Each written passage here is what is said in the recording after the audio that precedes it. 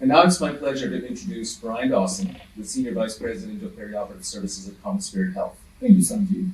Welcome to Transform. Yeah, it's always a pleasure. Brian, you and Intas and our team have been working for many years on one critical area of AI, which is hospital operations with regards to perioperative services, making them more efficient, and we'll dive deep into that. But before we do that, let's get to know you a little bit. So how did you get to be where you are? Tell us about your background. Well, kind of a long journey. I spent 28 years in the Navy as a Navy nurse. If you do your job well in the Navy, they always promote you out. I was lucky enough at one point to become a hospital COO, and then a hospital CDO and a division leader. My last 2 years, I was the Chief of Staff for the Navy Surgeon General. When I retired, I took over as the Vice President of Perioperative Services at Salem Hospital in Oregon. I ended up moving to Colorado, worked at a local facility there, and started my own consulting company, which led me to Dignity Health. We merged and became CommonSpirit. Wow, that's a fascinating background. So, and you've seen the Navy and hospitals in the Navy. You've seen Salem Hospital. Now you've seen CommonSpirit. So you've seen a whole variety of perioperative operations.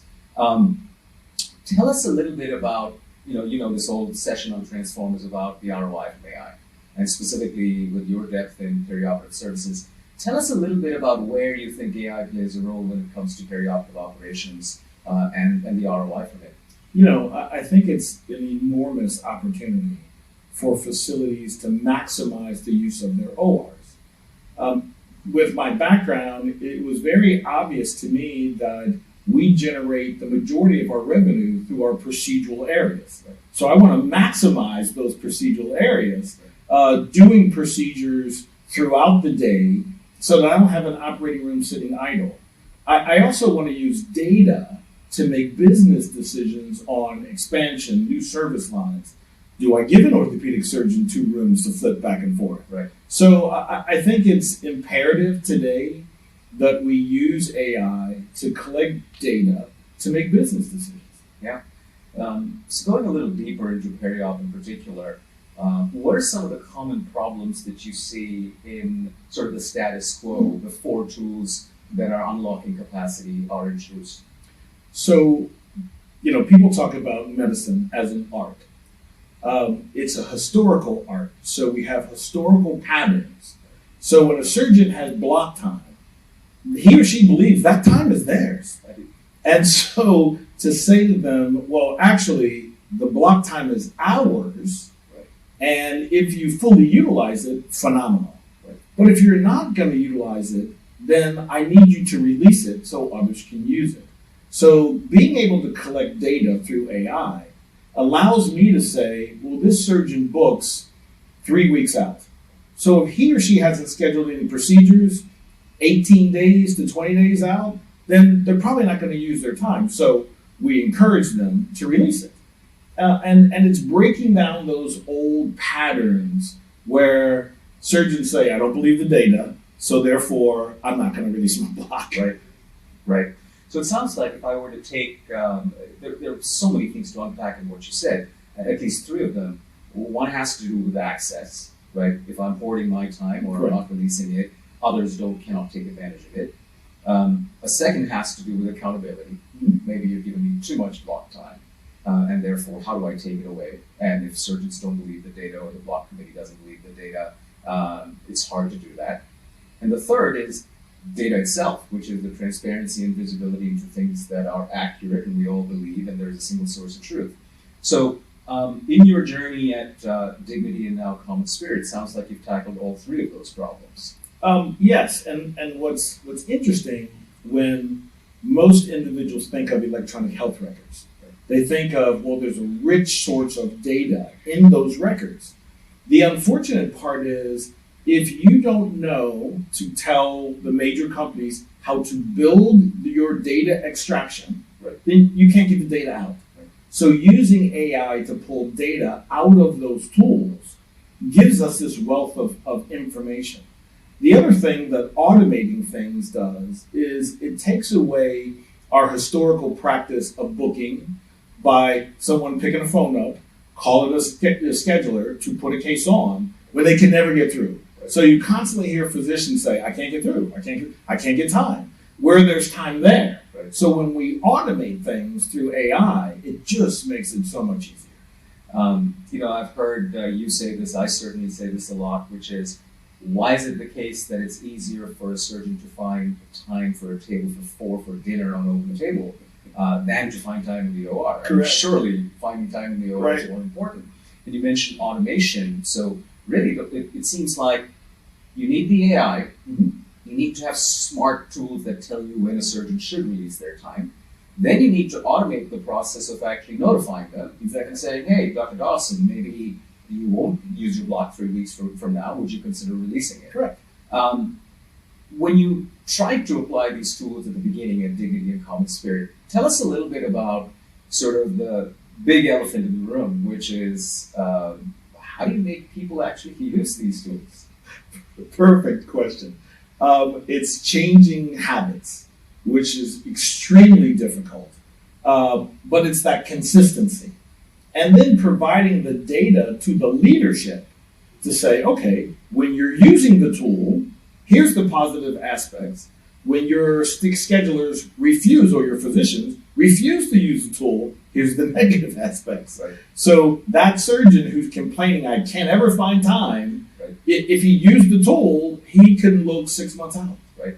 And we've been able to show that surgeon and the hospital CEO in front of each other, here is the tool, Right. there it is. And it's amazing how having access to that data and using something similar to Open Table, Right. the surgeons, the whole ball game changes. Right. They're like, oh my God, I didn't know it could do that. Right. And before you know it, you have buy-in. Right. We just happened to do that recently at Baylor, where we were in the middle of a presentation and 2 surgeons said, I don't believe the data.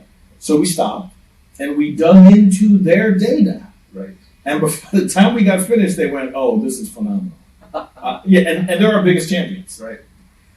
So it sounds like one key to introducing anything new, especially AI, which can be a black box for people, is to make sure we understand where they're coming from and make sure we play into what they need. In the case of surgeons, who are the most demanding audience for something like this, the biggest currency is make it easy for me to find overtime. And if you do that, the level of adoption is much higher. What about other roles? I'm thinking about schedulers, right? I'm thinking about clinic schedulers, OR schedulers. Why do they adopt tools like this, right? Well, I think that our first challenge was to get them to look through a different lens at jobs that our hospital schedulers had been doing for decades. Right. If you look across our enterprise, the OR scheduler has been there longer than anyone else in the OR. So to say to them, I can cut your workload in half by using this tool, so you don't have to stop what you're doing, answer a phone, go into the EMR, search for an opportunity, and then the person on the other end says, well, no, we can't do it on that day. What else do you have? By using AI, they can look at every opportunity for that specific surgeon 6 months out. And it makes it so much easier. And so the process of getting adoption is basically overlearning. We're constantly retraining, updating, giving them a voice. We have a schedulers meeting once a month where all the schedulers call in and we talk about how are things going? What are your issues? What have you found very positive that we can share with the other schedulers? And we do something similar, with our office schedulers, with the surgeon schedulers. That is probably the one position that turns over the most. So we're constantly planning lunch and learns and retrainings to keep everybody up to date on. So it sounds like there's a very common theme here, which is if we can make people's lives easier, if we can give them what they want, for the surgeons it's time, for schedulers it's make my job easier, don't have people scream at me when they can't find time, reduce the number of phone calls, make the time from when I'm looking for time for my surgeon, in the case of the clinic schedulers, to when I find it much shorter, et cetera, et cetera. That's fascinating because CommonSpirit is obviously a massive organization in the top 3 or 5 at least in the country, and so if you folks have been able to scale that change, one would imagine that most organizations should. So you decided in this case, switching gears a little bit, to work with us, with LeanTask, as a third party, and many times we find that organizations tend to believe or would like to try and do this themselves, or believe that the EHR will do this or their IT teams will do this.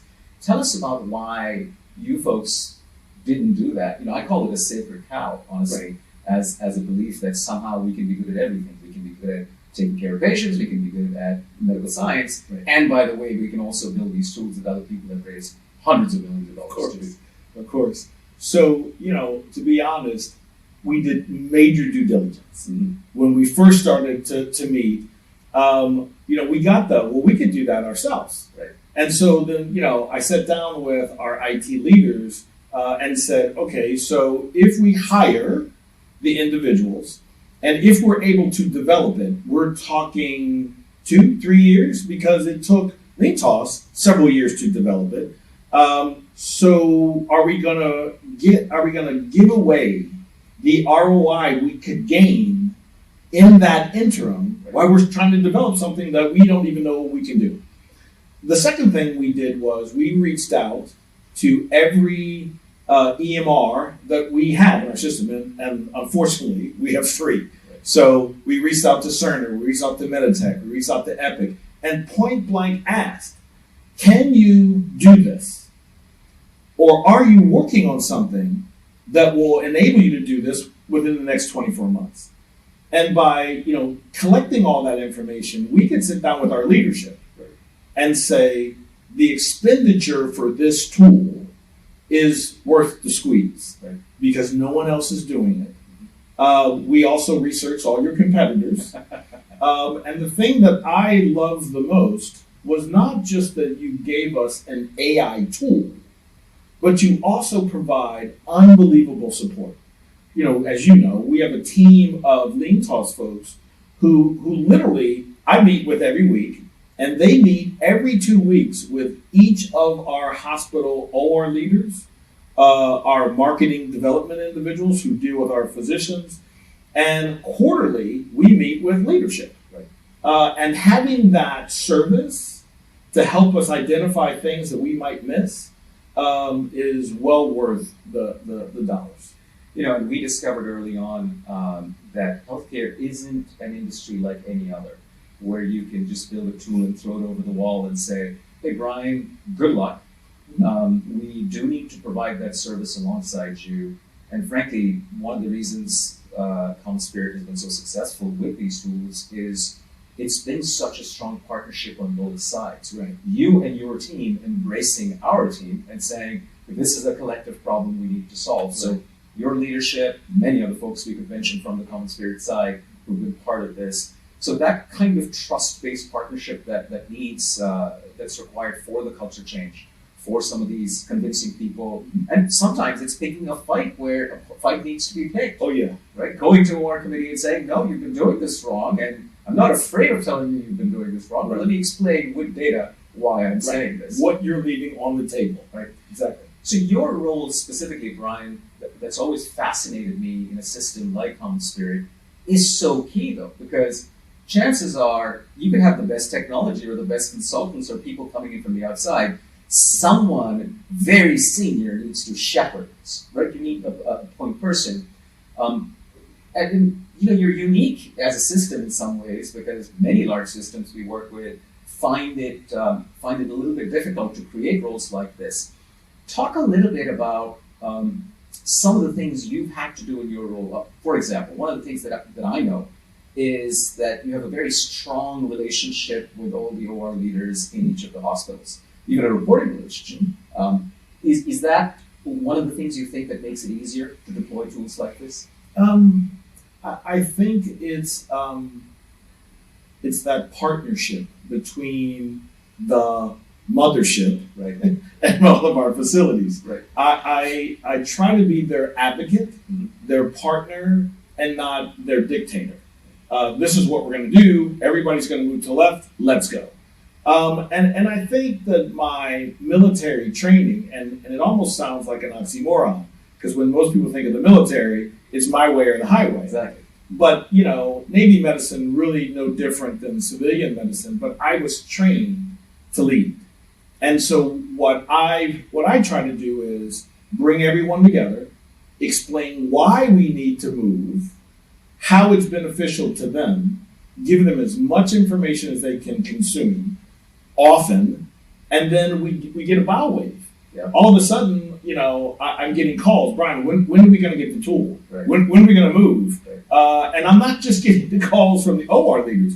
I'm getting calls from hospital presidents going, Brian, I need the tool. When can I have it? Right. And so I think being partners and not dictatorial gets buy-in. And I'm always there. You pick the phone up, people call me all the time. I'm answering their questions honestly. And sometimes it's maybe not what they want to hear. Yeah, you need to break up this 13 provider group block because 50% of the time it's going unused because there's no responsibility on those 13 surgeons. And once we explain it and we do it in a manner that's beneficial to the organization, we normally get buy-in. So it sounds like, again, from a governance perspective, some very common themes that I'm taking away. If you are going to use a third party, make sure it's a relationship that truly is a partnership. Correct. Where you hold each other accountable and are willing to speak the truth to each other. And that goes as much for a third party or our internal people. Exactly. And being able to say, hey, this is really for the good of the institution. It's not my or your data, it's our data. Right. And let's make sure how we use it. That's fascinating. Did you find that over time, as people started to use these AI-type tools to unlock capacity, there was almost like an upskilling of people's skill sets? Mm-hmm. Like, I always talk about the airline industry where the folks that are at a counter at airlines, or the folks that are flying the planes, or the folks that are flight attendants, they have different skill sets today than they did 30 years ago because they're dealing with different problems. Mm-hmm. Wi-Fi isn't working, right, etc. Are you finding that your teams are getting more adept at technology and using it? I think so. I think the first wave was the EMR. Right. And now we're looking at those third-party applications that lend itself to us improving work. And I see this growing skill set. For me, I love to be on a meeting and have the scheduler or the OR business person or even the OR leader pull up the tool and say, Brian, based on what I'm seeing, shouldn't we do it? And I'm like, oh my God. Yes, you should. I think I remember a meeting in which we actually said this, that my personal dream, and I know you share this feeling, is every meeting in every hospital starts with a browser in the middle of the room and data. Exactly. Instead of, Brian, what do you think? What do I feel? Exactly. Are my feelings hurt? Are your feelings hurt? Can we just look at the data? Yeah. That's fascinating. Talk to me about other areas. So we talked about access, we talked about accountability, we talked about data. What are other areas in Periop that you're excited about? Well, right off the bat, I'm extremely excited about your new scheduling product and the evolution of that scheduling product. Anyone who's ever worked in a procedural area understands that we have stacks and stacks of paper that come from the physicians that we either get right facts to us, we've got to scan them in records, something gets missed, and the paper, the magnitude of paper in a large OR, it's a full FTE. My hope is that, and I believe it's going to happen, as we can electronically schedule, just you talked about the airlines, just like I'm booking an airline, right? If we can electronically schedule, which we have the capability with your new tool, the next step is, can I scan in all of the paperwork and then deliver it directly to the EMR? Right. That, to me, is one of the three holy grails in the OR. The first one was, how do we open up time? Then it's scheduling. How do we make scheduling easy for everyone? And then the last piece is preference cards. Yep. And it's really hard to manage them because they're labor intensive. Most products that are on the market are basically a glorified Excel spreadsheet that someone has to type everything in. And, I think there are enough studies, and I fully believe there are millions upon millions of dollars in waste that we have on our preference cards because we're opening everything up, because God forbid we don't have it open on the back table for the surgeon. So how do we AI our preference cards, right, and then give it to the surgeon, similar to their access to IQ on their phone, yep, to say in a routine fashion, here are 5 of your 20 preference cards. Please go through it and tell us what you're not using. And oh, by the way, here is your preference card compared to your peers across CommonSpirit for this procedure. Yeah. Notice you're on the high side of cost, and it's because of these items. And then, it's just human nature. I don't want to be the bad guy. So, I'm going to change what I'm doing, especially if I can show that the clinical outcomes are no different. Yeah. That, to me, if we can do that, oh my God, it'd be heaven. Especially at a time when staffing challenges are still very real and likely to be in the future. P&L challenges with every health system in this country losing money. With the OR being so significant a part of that P&L, all 3 of the problems you talked about. Access, make me more revenue. Right. Do it during business hours so I don't incur extra costs and people aren't working overtime. And then all the waste that's happening from potentially more things being open per case. And that is definitely the holy grail. It can make the difference between unprofitability and profitability. Exactly. You mentioned some of the qualitative results, Brian, of what we've done together. Have you guys had internal dialogue, or is there anything you can share about the quantitative benefits to the extent that can be made public? Yeah, one of the things that I love about our company is they're always like, okay, Brian, what's the benefit?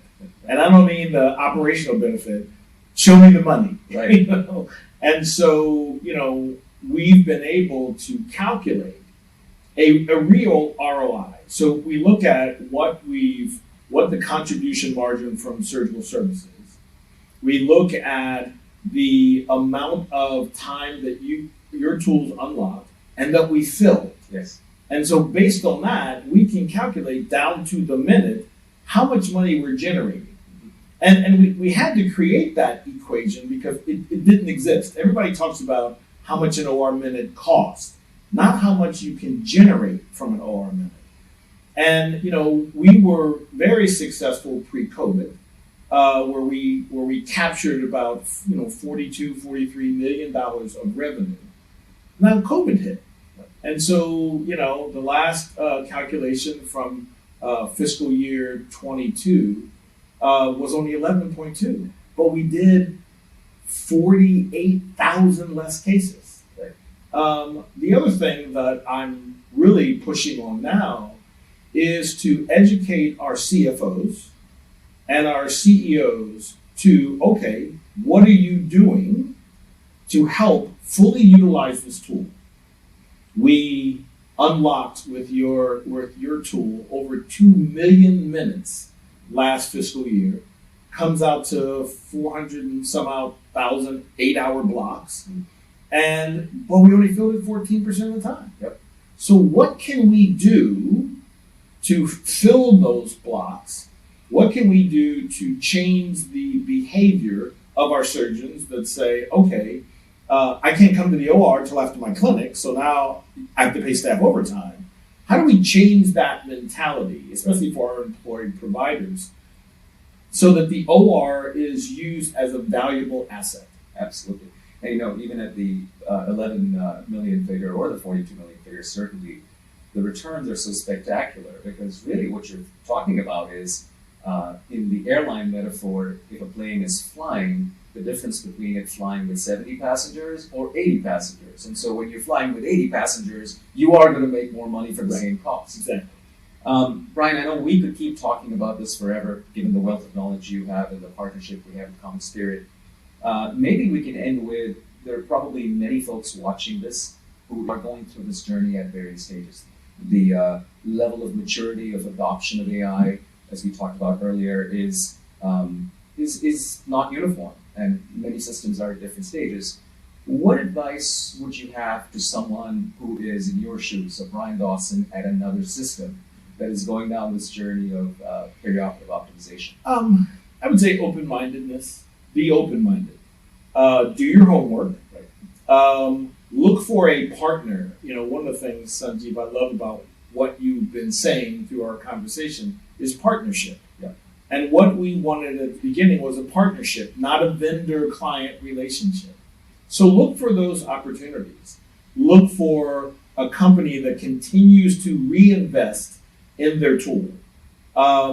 Look for that one-on-one support. Mm-hmm. So the company's not just selling you a piece of software, that there's support behind it to help you operationalize it.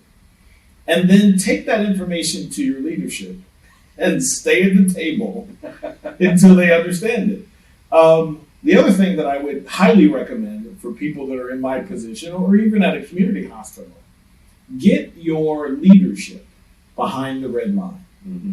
So that they fully understand the operation of our procedural areas, because it's completely different from anything else, and how tools like yours really help us augment that opportunity.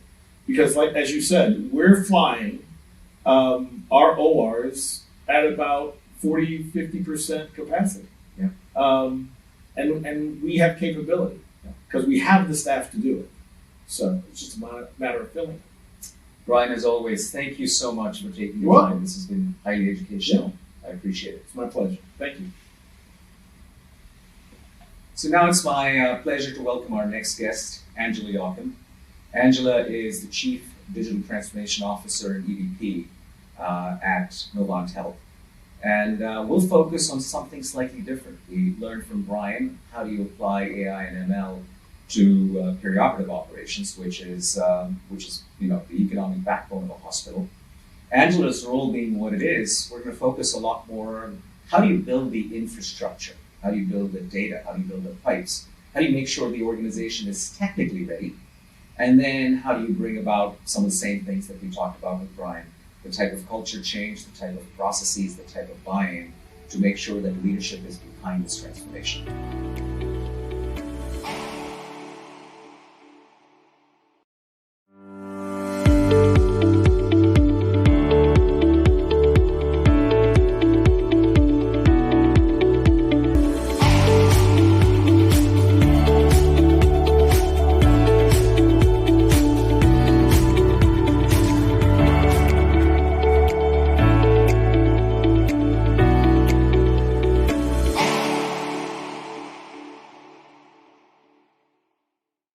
Hi, Angela. It's good to see you again. Thank you for joining us.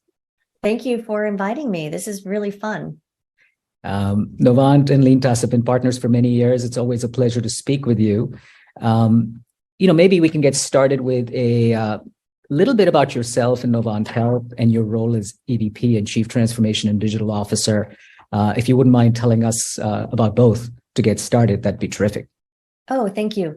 Novant Health is an integrated healthcare system based in the southeastern U.S. We have about 40,000 team members. We have 800 locations. Some of those are large hospitals, but most of them are ambulatory locations like clinics and physician centers and operating centers and the like. We span in our core business 3 states, but we have some of our subsidiaries are across 13.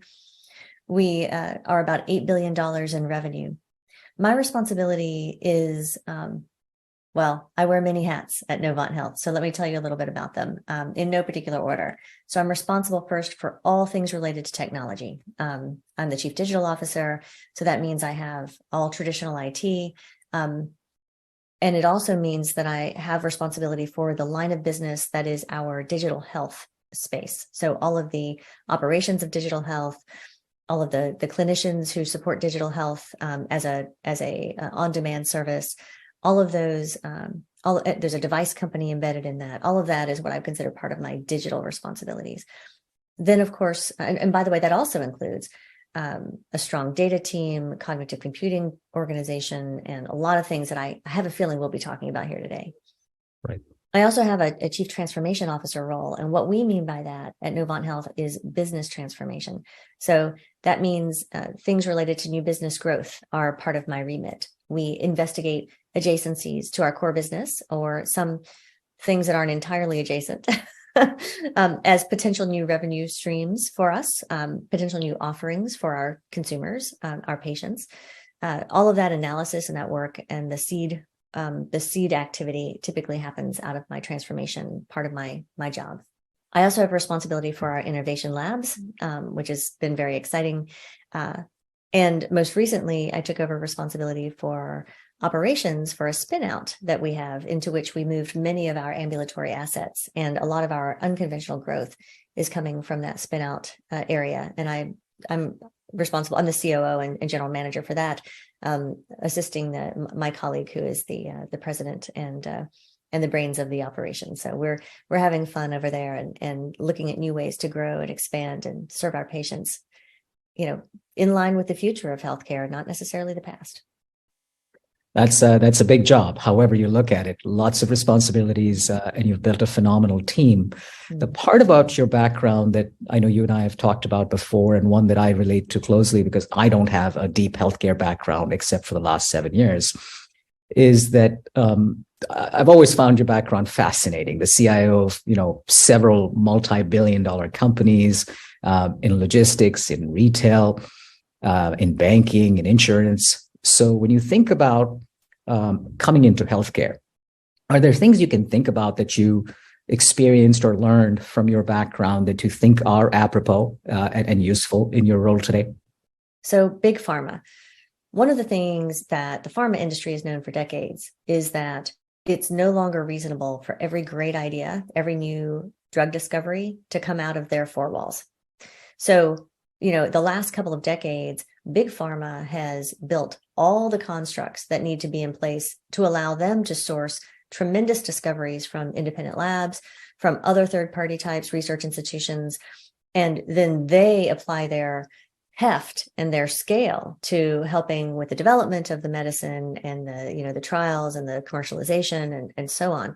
And the entire business model moved in the last several decades from being everything is contained internally, all R&D is done internally, and the entire discovery, development, manufacture, commercialization process is inside the four walls.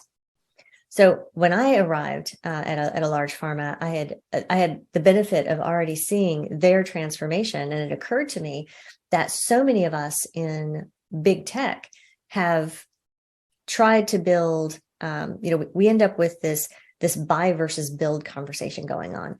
And it's either that, we build something internally because, we have some sort of differentiating capability set inside of our ecosystem, inside of our estate, or, we buy it because it's not differentiating and we just want it off the shelves. And what I did is I started to emulate the big pharma R&D space. And I said, really, most of the interesting differentiation is coming from co-creation. So let's create a set of constructs that allow us to very easily partner with a variety of third parties, individual inventors, certainly the startup community, certainly universities and all their researchers, certainly commercial organizations that have maybe some commercially available products, but maybe are developing new products, new capability sets in which we could participate and with whom we could potentially go to market.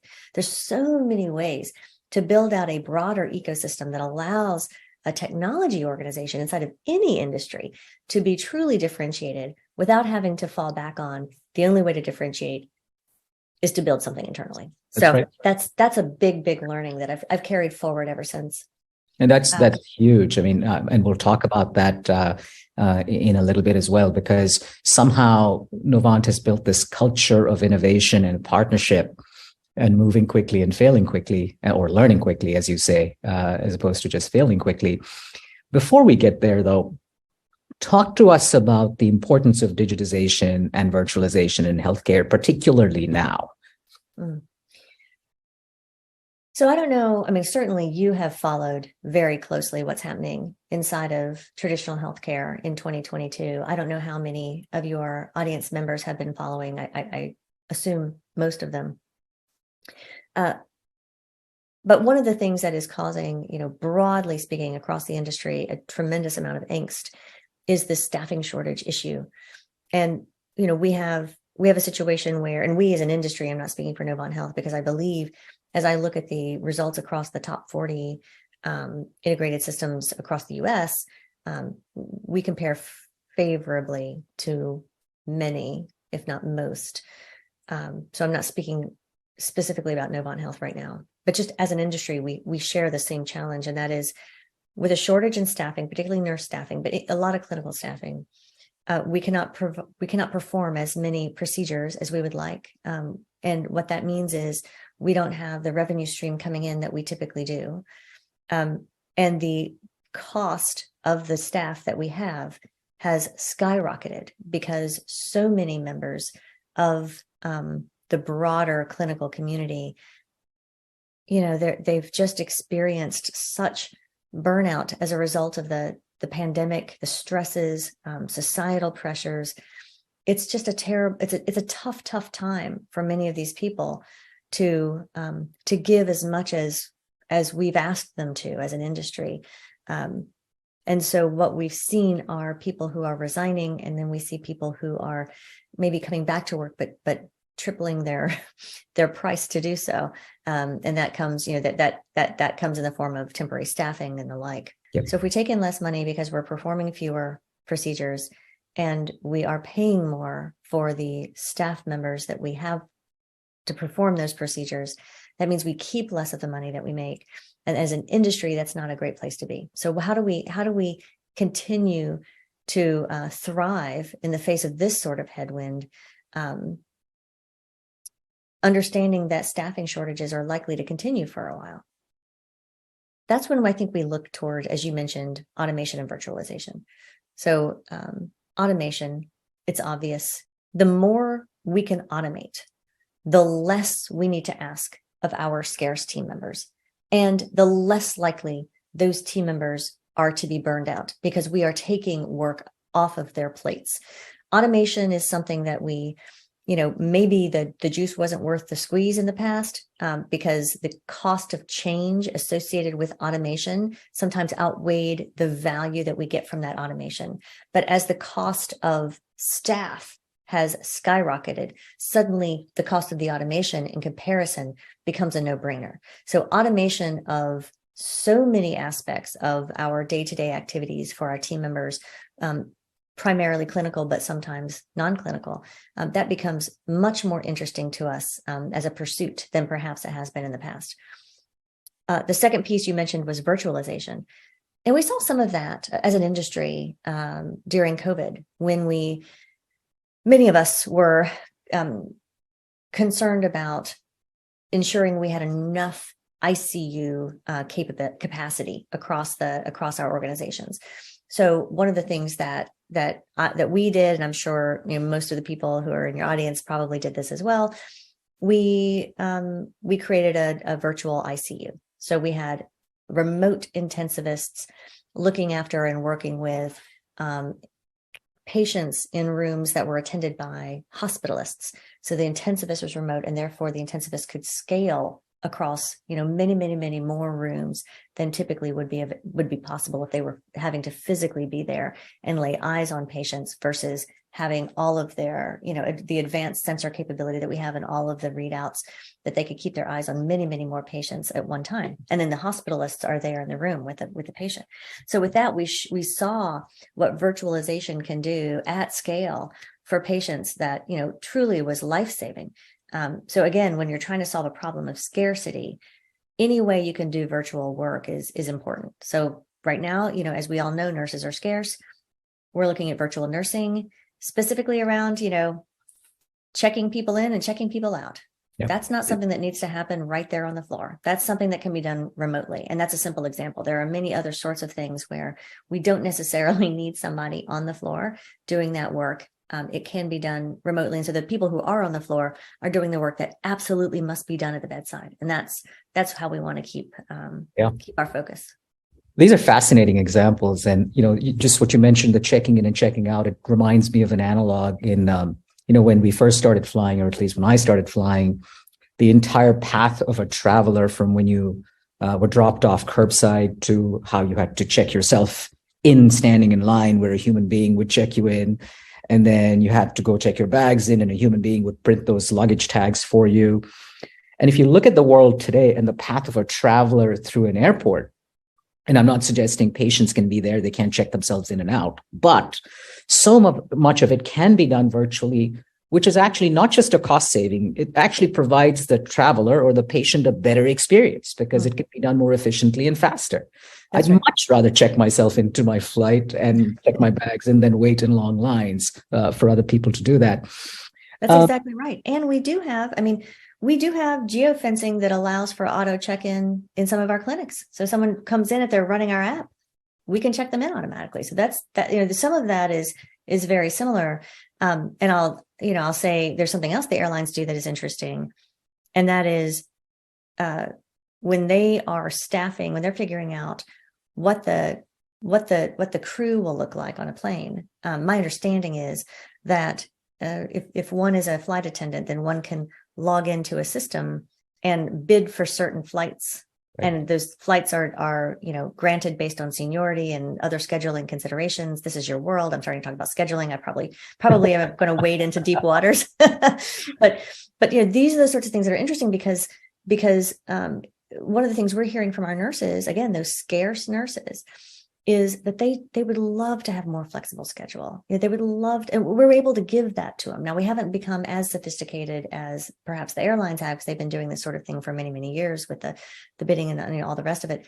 But there are things that we are planning that are very much along those lines to make it as easy as possible for our team members who are coming in and caring for the patients and working with the communities to engage with us and engage with the communities as advantageously and seamlessly and painlessly as possible for our team members. So we can learn a lot from the airlines. What a great example, Angela, because if I were to just take that one step further in terms of how airlines do it and how healthcare could do it, this is something we're working on. A lot of how airlines manage staffing is by predicting which route will yield how many passengers, right? That's right. So that starts right there. And so in healthcare, by being able to predict demand and doing demand-based staffing and moving staff, including self-scheduling of staff of the right credentials and the right type, is really where the industry should go. So this is something that is near and dear to us. We're doing a lot of work here as well, and sounds like this is an offline conversation we'd love to have with your staffing folks. But one of the many fun conversations we tend to have. That's exactly right. And the ROI on something like that goes beyond the economic, because like you said, it's doing more with less. It's making sure we use the resources we do have in a world where resources are shrinking while demand is rising. So this is not optional anymore. And these kinds of predictions on future case volume, future bed management, how many units are going to be impacted when during the day, and moving nurses and staff around is just going to be necessary. It's not just something that's nice to have. I believe it will be. And, the secondary challenge then that's going to come with that is, if you ask nurses what they've historically loved about their jobs, they'll tell you, I loved my unit. I love the people with whom I worked, Right. and by the way, many of them are gone and there are a lot of new faces. And so that has changed around me. Yeah. And so my work family has changed. So our challenge will be, as you and I know, putting the technology in place and defining the right processes to allow for that more sophisticated approach to staffing and very fluid approach to staffing is probably less difficult than ensuring that we are creating that same valued culture, family feel for our team members, because they have very tough jobs. And it's important to have one's crew around one when doing that sort of work. Yeah. So we have to solve for that somehow, and that's Totally. more for us to discuss. Absolutely. And the people and process side of it is probably twice as important as just the technology. I mean, the technology does enable it, and without that, we don't have very much. But you're so right. And, we can talk for an hour just about the airline experience. And by the way, neither one of us, out of all the industries in which we've worked, I don't believe either one of us has been in airlines. Is that correct? But we've both been users of it for 30 years. So we've seen Indeed. Indeed. Yeah. As you know, the theme of Transform, this event, is about ROI from AI. And despite the fact that there are 350,000 digital apps and 11,000 digital app companies, most of whom will unfortunately not survive because there isn't a clear-cut ROI. And you, when you were talking about the responsibilities you have, so much of it is around moving Novant Health's infrastructure and AI capabilities into the modern age. So when you think about where you are in that journey as Novant Health to go from other industries that might be further ahead to a lot of health systems that are sort of starting out, where would you put yourself on that scale? And if you can, please talk about some key wins in that process that you're proud of. So I'll tell you a little bit about our journey at Novant Health. As you know, you could build fancy models and apply some AI-based solutions to any number of problems that we have to solve, many of which are quite complex. But we still have the garbage in, garbage out problem. So if our data estate is not in order, then all the fancy solutions in the world, it doesn't matter. It's not going to work properly. You're going to get unexpected results. You're not going to be able to understand why you're getting those results. So one of the very first things that we did, or at least that in my tenure, is we got our data estate in order. That was just, that was number one. I was very fortunate because I inherited a technology organization that was very solid.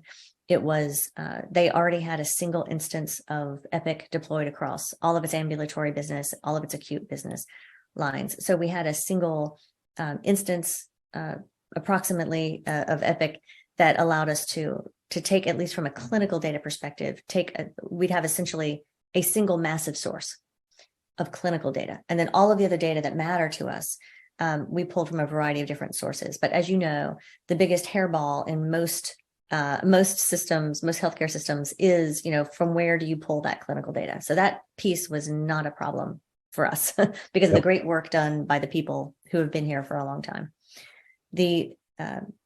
So what we were able to do is take that clinical data and make it, we decided to host it in an Azure-based cloud. We have a variety of other data that are stored there. We have a robust API layer through which we access and operate upon that data at will. That sort of foundational work was key for us to be able to consume solutions that are commercially available from partners like Lintas, or to create or co-create solutions that have an AI-based component that allow us that need to be solid, because the data need to be, pristine. And so that work went a long way to enabling what we've been able to accomplish subsequently. And that was just an early initial investment. And now it just influenced our ways of working beyond that. Got it. Yeah. And we certainly noticed, we've been partners now for almost 3 years across the operating room side, the infusion chair side. We've been talking about other areas. Great ROI on those two things. Thank you for saying that. And isn't it, we have nearly, it's 40-50% decrease in wait times for, the infusion chairs. We built that whole infusion center in that gorgeous new cancer building with no waiting room in the infusion center because we just use Lintas IQ to get our patients to exactly the chair they need to seek. Absolutely. And we've enjoyed working with your teams. And just as a 30-second aside, when we worked with you on the OR side and on the infusion side, as you mentioned, the fact that you had such a robust infrastructure, once you decided to move to deploying the tools, the speed at which your IT teams and your platform teams were able to give us that data to be able to do some of the things we do is remarkable. I mean, it truly, from the standards of actually any enterprise software standards, was grease lightning. But that, like you said, was a result as much of the people that were in charge as it was of the infrastructure you'd put in place. So hats off to you folks. And I'll dig a little bit into the governance of that now, because there's a couple of things we've noticed, huge things we've noticed. One is what we call the lack of sacred cows, what we call this lack of, and this hits upon what you said earlier, a big sacred cow tends to be not invented here, or, you know, if it's not Epic, or if it's not something that the entire industry is adopting, we're not going to take a risk on working with, back then, little old Lintas. Yeah. How is that that's very unique as a culture where you folks are willing to take risks on third parties? And you mentioned that before. What is it about the governance structure, the management team, your style, that lets that happen? So I think there are a number of factors that allow for that sort of engagement. First, we don't approach the way in which we provide access to care or increase quality of care from a position of fear. We believe, and we take very seriously, that our responsibility is to increase quality of care to the patients we serve in our region. And if we are to just wait until every other system in the country has accomplished something for their patients, and we force our patients to wait until we are number 30 or number 50 or number 60, then some patients will not get the care they need when they need it. And some patients, our patients in our region, will be as a whole less healthy. It is extremely important that we take our responsibility to continue to push the boundaries, to continue to increase access, increase quality through means that require a degree of sophistication that may not be found at, every single institution across the country. We upskill our people constantly. We constantly seek to learn. We're constantly paying attention to what's possible, what's commercially available. We constantly test and engage with our ecosystem to determine what may be coming in the future, what might they be willing to do for us in a co-creation sort of approach. It's that constant activity and hunger for improvement that will allow our patients, the ones we serve in our region, to be the healthiest patients in the country, not because of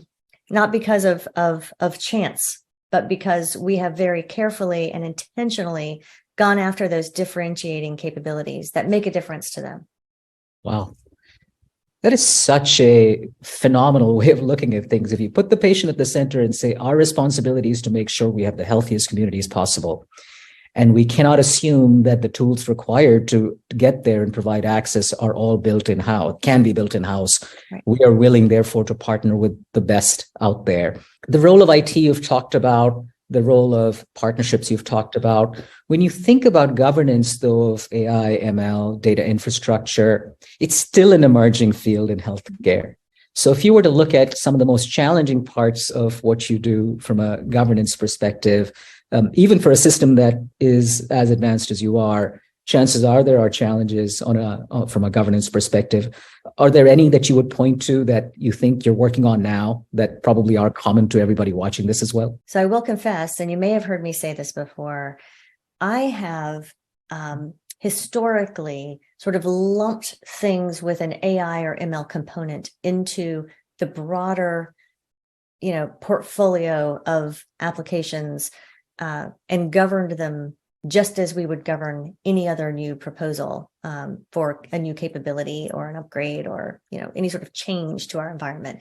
And that has had some good things, right? It has enabled us to leverage an existing process that works really well, a great group of governors who participate across a variety of domain spaces. And this has allowed us not to, wring our hands or get unduly panicked about, any solution having an AI component. That said, as more of our solutions have a clinical implementation element, it has become clear that we need to focus, and we do this, by the way, through our Institute of AI and Innovation, which I co-chair with our Chief Medical Officer, Dr. Eric Eskioglu. It has become clear that we have to use a separate construct to allow for the type of critical analysis of certain sorts of solutions that apply AI-based decisioning or recommendations in the clinical environment. So that is, as it relates to patient care that's actually being delivered to the patient, so that we make sure we have the right voices in the room who may not otherwise have been in the room for the traditional governance process. So it's not so much that the traditional governance process would not fit. It is that the people in the room actually doing the governing in the traditional process are not necessarily the same people that need to be in the room when we're starting to use AI to help get to a faster diagnosis or to a more personalized treatment plan. Those are the sorts of things where that really needs to be governed by clinicians. So we go through the Institute for that. That's makes a lot of sense, and it makes sense that you're at that part of your journey where this is a real thing now, given how many different AI ML sort of tools you're using. Just a little story on that we've seen at multiple institutions as well. My alma mater just came out with a study completely unrelated to this that talks about the use case of the ethical use of AI in general. And they talked about how policing algorithms tended to be very biased. And you can imagine why, because when you're making predictions off a corpus of data that inherently was based on perhaps certain neighborhoods being targeted more by the police, so you discover more crime in those neighborhoods, and then you build these AI ML models that say there will be more crime in the same neighborhoods. Garbage in, garbage out. Yeah. That's right. We've seen this in the people management and the HR space, where women traditionally haven't been promoted as quickly or paid as much. And so you have volumes of data that say this is what you should pay women, because that's right. It's terrible data to begin with. So that makes total sense. This Institute for you said Institute of Innovation and Artificial Intelligence. Yes. Sounds really fascinating. Tell us a little bit more about that. What does that institute do? Can you talk about some of the programs they fund and are doing? The Institute is a set of constructs. It is co-chaired, as I mentioned, by our Chief Medical Officer and by me. It is a mechanism by which we can review and govern innovative or AI-based solutions together with a lot of clinical oversight, which is exactly as I described a few minutes ago. It also does allow us to weigh potential investments against one another. So it gives us a like-to-like comparison platform. So we can use that to say, you know what, we're going to go ask for additional funding for this. We're going to collectively decide we're going to defund or reduce funding on this. And so when we go forward and say to our finance partners, hey, we're going to shift this money from here to here, it's with, again, all the right eyes on it and all the right brains being part of the conversation. So it's more of an organizational mechanism that allows us to make sure we can move quickly in areas that require so much participation from so many different types of people.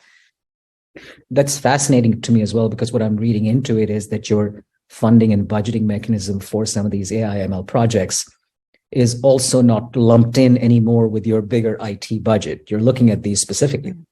Well, I mean, so everyone budgets slightly differently, but let's talk about the budget as a whole.